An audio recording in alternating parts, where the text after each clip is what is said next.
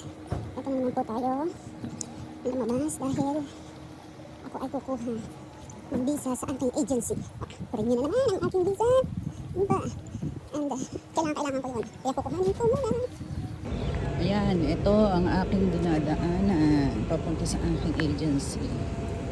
Ayan, shortcut na lahat ako. Ito na. Malapit na ako.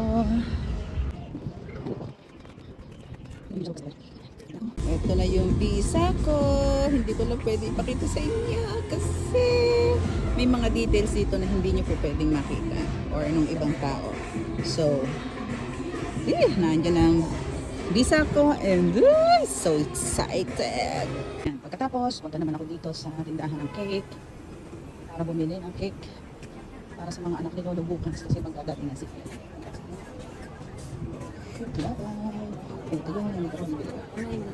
Ito nga pala yung binili ko. Yan.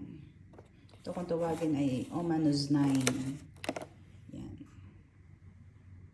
Tenga ni Oman. Yun. Yun ang ibig sabihin nun. Meron silang meaning about dito.